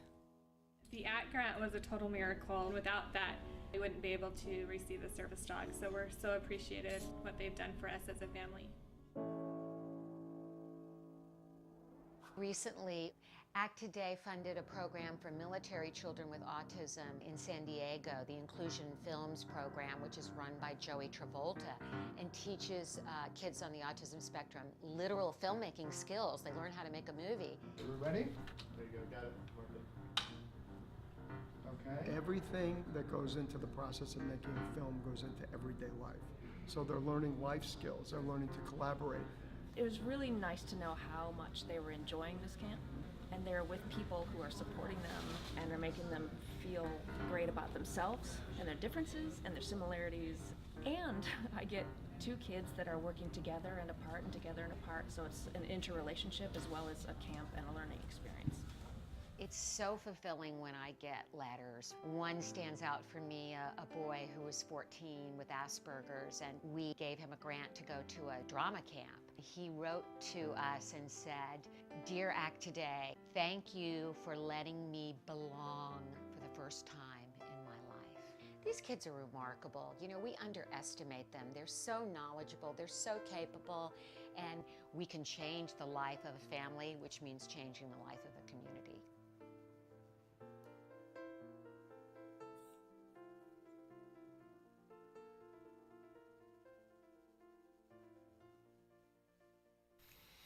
Welcome back to Let's Talk Autism with Shannon and Nancy. Nancy and I are so excited because we have with us in the studio, I feel like it's a kindred sister, a long-lost sister. Another woman in black, by the way. Yeah, I know. We all got the memo. Vulcan mind meld, I'm telling you. But we have back, because you were with us a couple of weeks ago, Gina Giambi-Peters was with me. You didn't get to be there. We had a good time. And Gina is one of those amazing autism moms that gets it done. And empowered by the fact that you have a child with autism and you decided to just do something about that and help others in the process. Definitely. And using what you learned. Like both of you. Yeah. Well, and it is amazing how people find their passion and find their little niche. And you've created something really wonderful, and we're going to start there with talking about the Center for Special Needs. Okay. So if somebody missed the interview when you and I talked a couple of weeks ago, tell them, what is the Center for Special Needs? Well, Center for Special Needs, it's a nonprofit. We're a 501c3, and I founded in 2011. And the reason I did that was when I found out my son officially was diagnosed with autism. So when Nathaniel was probably about 14, 15 months, I had an unofficial diagnosis that he was probably on the spectrum. And that was from some of the things that were occurring with him, sleep and not engaging, and what I now know to be sensory issues, but I didn't know at that time. Just things that were odd and not what I saw with other families and kids. So I had taken him to a practitioner, and she said he was probably on the spectrum and I should go to the regional center. So in doing that, where I live in the Conejo Valley, it's Tri-County Regional Center. So he did receive an autism spectrum diagnosis. At what age then? I did that at 2.5, just prior to 3. Okay. So, but from there, I left with a suggestion of reading a book, and what I knew about autism at that time was, I'm gonna lose my kid. Like, right. He had language, and just the stereotypical things that I'd seen on television at that time. So I started to do some research and started to educate myself. And I felt very alone and isolated, but I also felt like, okay, now all these things that I've been experiencing, I have a label, a direction. That's what I look at a label as. I know a lot of people don't like the word label, right. and they put certain kind of stigmatism to that, but I really think having a diagnosis and that label, it allows you to go in a direction of first research and investigating. It gives you so much information, and then you can say, okay, now I can learn about this issue. Right. So that's what I started doing. Okay. And in the process, at that time, so my son is now almost 12. Okay. And at that time, I realized there wasn't a lot of resources in my area. There wasn't places to go. There was a lot that you could Google and find, but there wasn't a lot of parent support. So way before I became a nonprofit, I started a support group. And at the time, it was a pretty popular support group. I had sometimes 30 people in my home. And I had kind of a prerequisite that if you came, you couldn't be judgmental. Right. Like, you may choose biomedical, you may choose medical, medication. Some people may choose therapy. Everyone chooses what they feel is right for their child and their family, and I think we all need to respect that of one another. So that was, so to speak, my prerequisite of coming, because that, in a sense, is the purpose of a support group, is that we support one another in what don't our judge. That's right, and what our decisions are as families and for our individuals with special needs. So I started with the support group, and then I started gathering information. And so all the information that I gathered, I put on my kitchen table, and I shared all the resources with everyone. And then I started an email group where everything I learned, I just forwarded and shared with everyone. So it kind of started like that. And then I realized how many kiddos either didn't have a specific diagnosis or didn't qualify for services. Right. And then I realized the value in what my son was getting that other kids were not getting. Behavior intervention, occupational therapy, speech therapy, hippotherapy, all the different things that he received privately through insurance and through regional center, but that other parents weren't getting, and their kids didn't qualify. And for me, that was such a heavy burden on my heart, because I felt the weight of what that would be like as a parent not to be able to help your kid because you can't afford to. Yeah. And our kids can progress. Now, they all progress differently, and they all have different capabilities, and they're all at different cognitive levels, whether you're PDD, PDD-NOS, autism, cerebral palsy, Down syndrome. But if you provide zero intervention, they can't go anywhere. And then how do we learn about our kids if we don't have professionals helping us? So then I started the nonprofit. And it's been an amazing gift to your community, and it's culminated. It's this weekend. You're doing a big event. It's not the first time that you've done this. The ABCs and XYZs of Special Needs Conference, and we're going to talk more about that. But I want to talk about what your website is first, and then we're going to take a break. So how can people find out more information? So on the website, it's centerforspecialneeds.org, and it's the number 4. All the information is there in regards to the ABCs and XYZs, which is this coming Saturday. Yes. It's a great event. And also on Facebook. You can find us on Facebook, and we're always posting information about our events and other different educational tools. Okay, cool. So we're going to take a short break, and then we're going to come back to talk specifically about the ABCs and XYZs of Special Needs Conference. So stick with us. Thank you.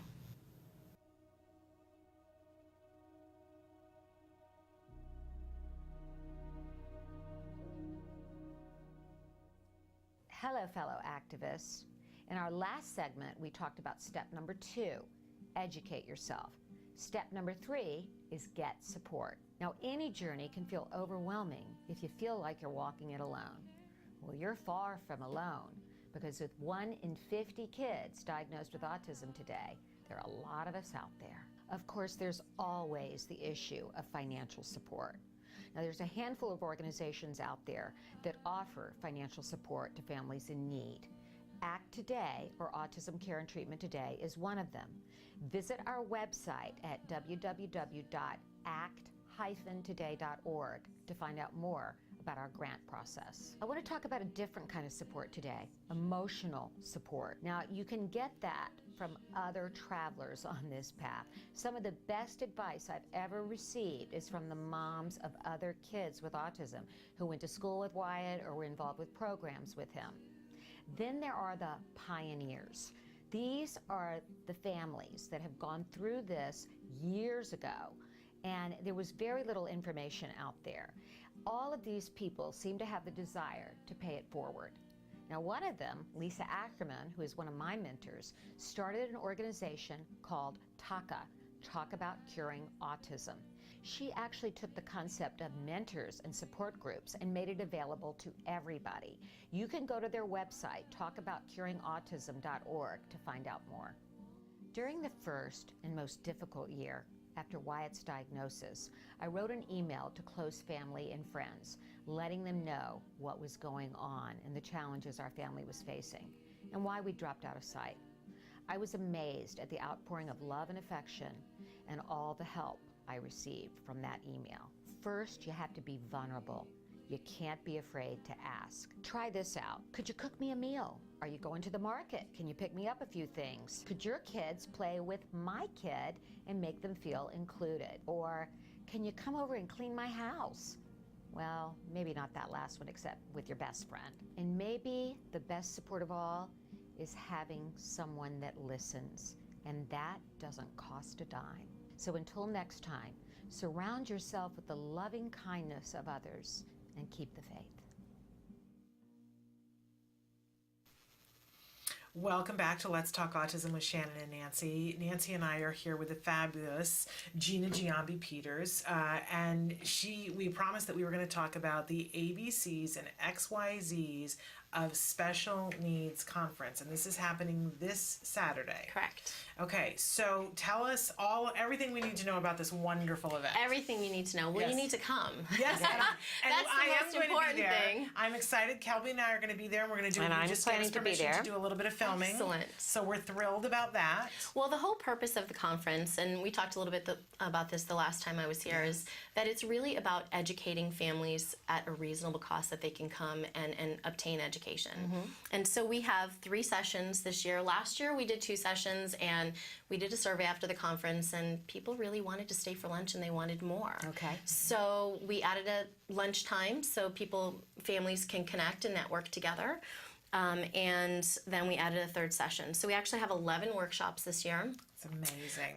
Covering topics of IEPs, special needs planning, nutritional deficiencies in autism and ADHD children, some comorbid conditions, anxiety, depression, learning disorders, which Dr. Gary Cates is doing. We also have sensory issues. That's a second timer, that one. He's changed it up a little bit, but sensory is such an important part of behavior and different challenges that our kiddos and other diagnosis experience. And so I think families really need to be educated on that. We have learning and reading comprehension. We also, I really wanted to put this one together this year, and I'm glad I did because a lot of people have signed up for it, but it's entitled Co-Occurring Disorders, the Complex Issues Related to Learning and Psychological Disorders and Drug and Alcohol Use.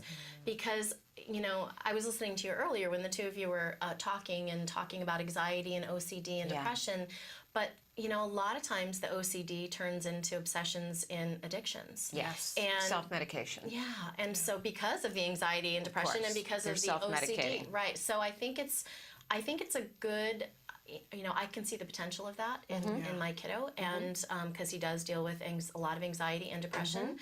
And I think families need to be a little bit ahead of the game and to see, you know, be a little educated before it happens. Or if it is happening, going, okay, I'm not isolated, I'm not alone, and this is an issue, but how can I address it? Yeah. So I think awareness is key, and you have to be aware. You know, it's nice to be ahead of the game, as you said. Right. Absolutely. We've also got one on the ABCs of ADHD because, again, children can have just a diagnosis of ADHD or it also falls under the umbrella of autism. So I think it's important for, again, families to be educated. The Regional Center Self-Determination Law. So for the folks that are Regional Center vendored, that they've got some information from an attorney that's providing them the education about that new law. Which is wonderful.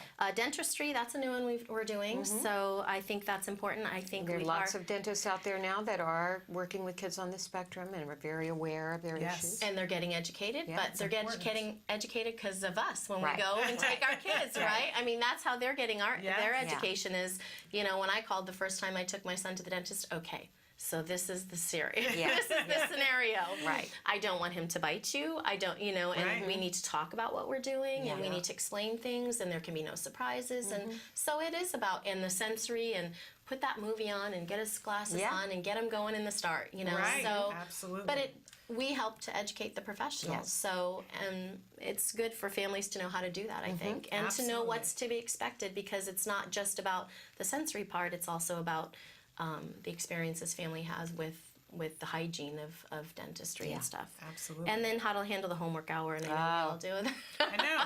There's just so many things on here that you go, okay. But that's the one that jumps the most at me, how to handle the homework that hour. does jump quite a bit at me. Because the homework hour, we know it's not an hour. It usually extends into several hours, and it's the homework nightmare. I call it well, we could have called it that, but I don't think it would have been as appealing. Yes, no, I'd love for it to be an hour. And a lot of times at school they'll say, now if it's taking more than 45 minutes, it's longer than we intended. Yeah, right. And I just want to pick up a very large book and throw it in the direction of the person who says that. That would be a half an hour if the parent did it all and just handed it in, right? Please. But even then with me, it would take an hour. Say, with me, it takes 2.5 hours with Google and 3 laptops and calling people going, what do you know about this? Yeah, thank goodness for Google or I couldn't help with the homework. It's true.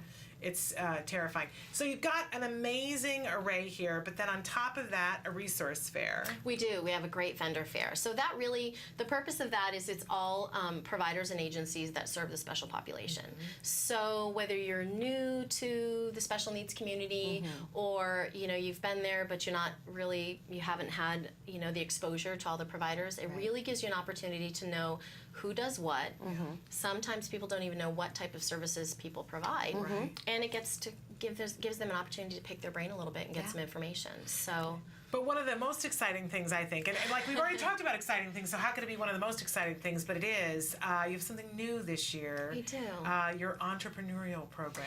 Yeah, you know, we talked about it a little bit the last time, and so I was telling Shannon before that every year I try to spice it up a little bit to make it different and to add and to try to meet everyone's needs, although I know I can never do that, but to try as much as we can.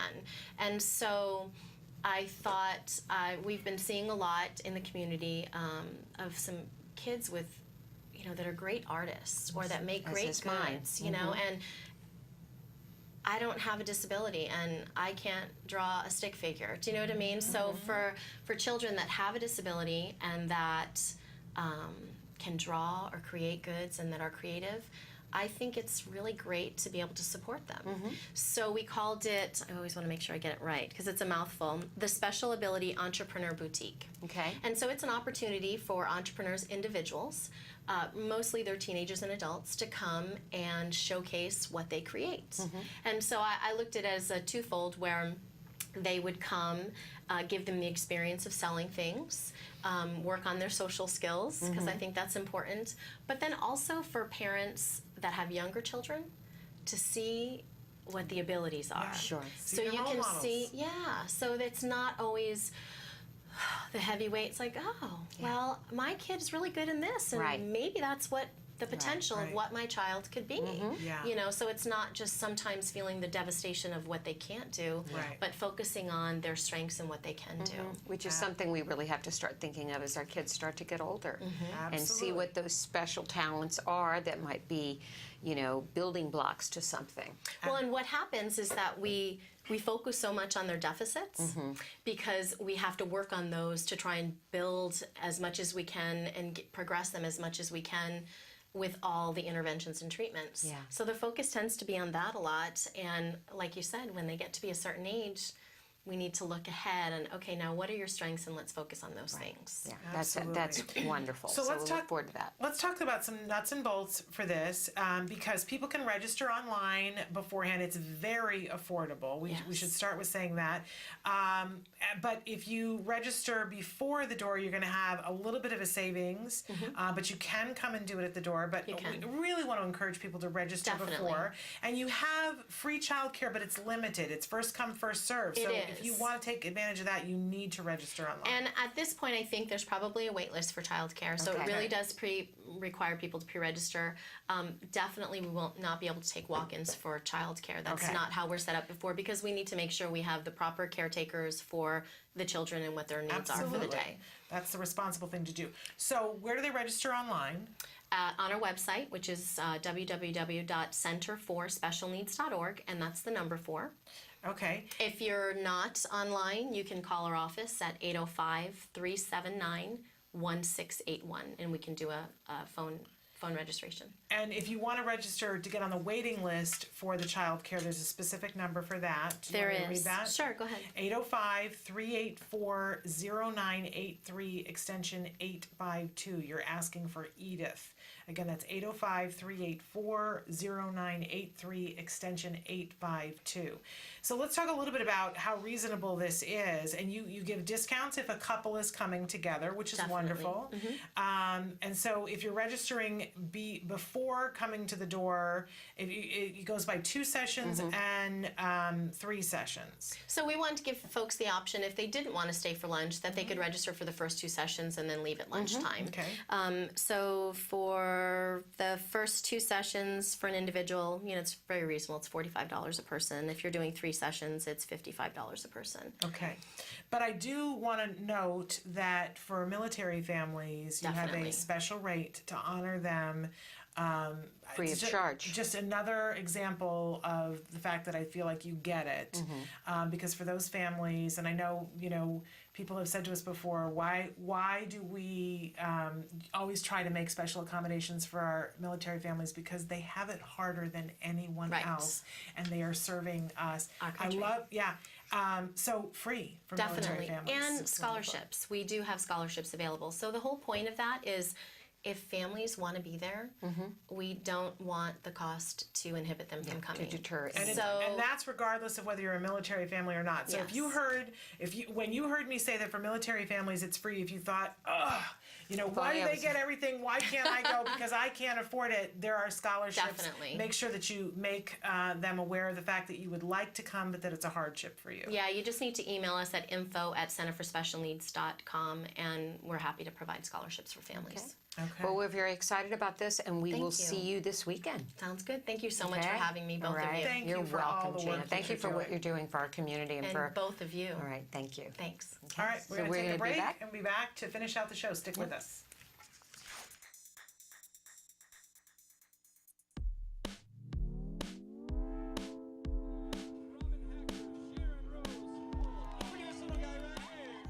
Well, today is the One Hope Act Today for Military Families 10K and 5K Run, Walk, and Family Fun Festival. Thanks for coming out to support this awesome cause. What I'm trying to accomplish here is to get more people involved, more people to be aware of autism as a disorder so that they can be more involved in this effort to help people find resources. Pull that belly button in, get a nice balance there. This is an incredible event. I'm very passionate about it. Autism is affecting so many kids across the United States, and I also support our military. 2, 3, 4. My name's Gunnery Sergeant Sean Tajma. Working with the School of Infantry West. I'm currently running with 1st Light Armored Reconnaissance Battalion. I personally involved with this because my son Jacob has autism. I just want to say thanks to Act Today for what they're doing to help my family and other military families with autism. Here we go, let's hear it for the 2nd Light Infantry. Some of the main sponsors here. Of course, One Hope Wine is the title sponsor. What we do is we donate 50% of our profits back to different partner charities, one of them being Act Today that does a fantastic job. Act Today is very dear to my heart because when my husband was deployed, they were there when we didn't know how we were going to make things happen. They give so much to the military family, and it comes at a time when you just don't know how you're going to make ends meet. So to me, it's more than just an event, and it's more than just a grant. It's a gift. All right, you guys, have we gone over the rules?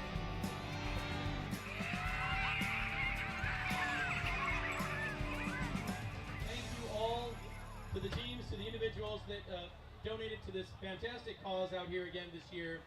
The event got larger. People ask me why military families with autism, why does Act Today have that as a special program? I'll tell you why. Because our military families should not have to fight two battles. One, to protect our country, and another, to get services for their children. They move so often. Every time they move, they have to start again. We owe it to them. And it just was a tremendous success. So I just want to say thanks to everybody for taking part in it.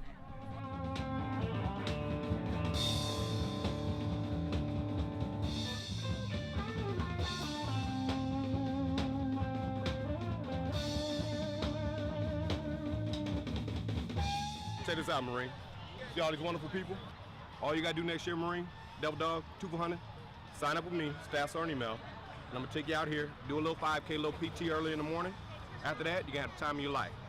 After that, I might even be able to get you a letter of appreciation, maybe a little libo time. How's that sound?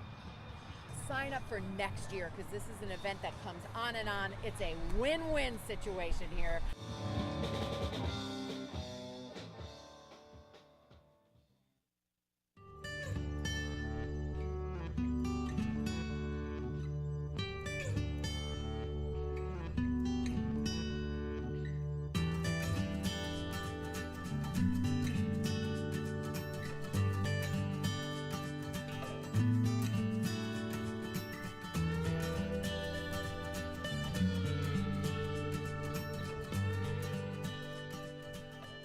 The run. Welcome The run back. is coming up again. Yes, there it is. It's such a wonderful event. And how many days do we have left? We have 18 days left. All right, it's serious time here now. To raise, we're at 61 something. Okay. We need to get that to 100,000. All right. So now I registered my son's team yesterday. Yes. And it only took me a couple of minutes, and I realized it took me a while. And I know for those of you who are out there who are watching, and that's a virtual team because I'm not going to run, but my son is going to run. Okay. I don't know that I'm going to get to be there because we're moving, but my son is going to run, and he has said that he's going to run the 5K this time. That's amazing. I might be running it with him. Well, I'm looking for somebody to run with him because I don't know if he can do the whole thing. Gina and I will run it with him. Well, I don't want to hold you up. You're not going to hold me up. My knees have been swelling lately. My marathon days are over. He used to be able to run a long time, but I need to have somebody run with because Mama can't run. Okay. But I just want to put out a personal challenge to everybody. Like, get involved. Let's have a little bit of a thing here. Nancy's got a team. I've got a team. You get a team, and let's all have a friendly competition to raise money for those military. Yeah, and you can go out and run if you're not in San Diego. You can go out and do a walk run that morning and be a virtual team. Right. And you can don't even support. have to walk. You don't. Yeah. And you can just make a donation, any amount. We've got to raise $40,000 in the next 18 days. Now, and that doesn't mean that you personally have to raise all $40,000. the country, everybody. But I will say that I put it out there on my Facebook yesterday, and I had one single donor for $600. That's just amazing. And it made me reconnect with somebody from high school that he wrote. He put in for $600. That's just and so generous. I poured love back his way and said how much it meant to me. And I said, do you realize that your single donation is going to put the ability to communicate in a child's hands for the rest of their life? Yeah. And I said, and then we're much. funding the Autism Swim program with Autism Society San Diego. They're our official charity partner, and we are going to be putting on the Autism Swim Safety Camp for military children.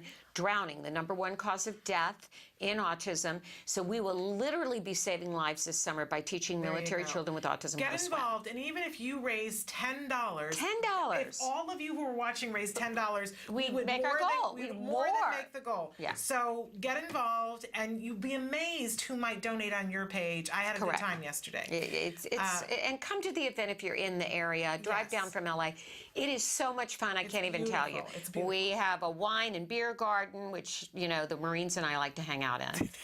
Yes, that's where you can find Nancy with the eye candy and the with my Marine hat that was my dad's. Anyway, it's a wonderful event. We're really out of time. Want to tell you that tomorrow is that interview with Dr. Stephen Shore, and we'll do the workshop on how to do organic on a budget that I promised you on Tuesday. I need to hear that one. So that will be tomorrow. Do want to say really quickly that if you didn't get a chance to see The Night of Too Many Stars on Comedy Central when it aired on Sunday, it's on again tonight. Oh, good. Especially when Owen Susskind comes out and performs a scene with Gilbert Gottfried from Aladdin. I'm telling you, if you do nothing else, watch that. Okay. It's amazing, and it will lift you up and show you how much our kids can do and how brilliant and talented they are. Okay, great. So I'd like to see that. make sure that you do that. How much time have you got, Kelby? I can't hear. 15 seconds. So we're out of time, hey. But I'll see you tomorrow. Until then, please give your kiddos a hug for come me. out to the conference this weekend at Calvary Church. Okay. Absolutely. Yes, please. ABCs we'll and see you there. XYZs of special needs Okay. conference. Give All right. your Bye-bye for kiddos now. a hug. I Give did. yourselves from me. Okay. Bye. Bye-bye for now.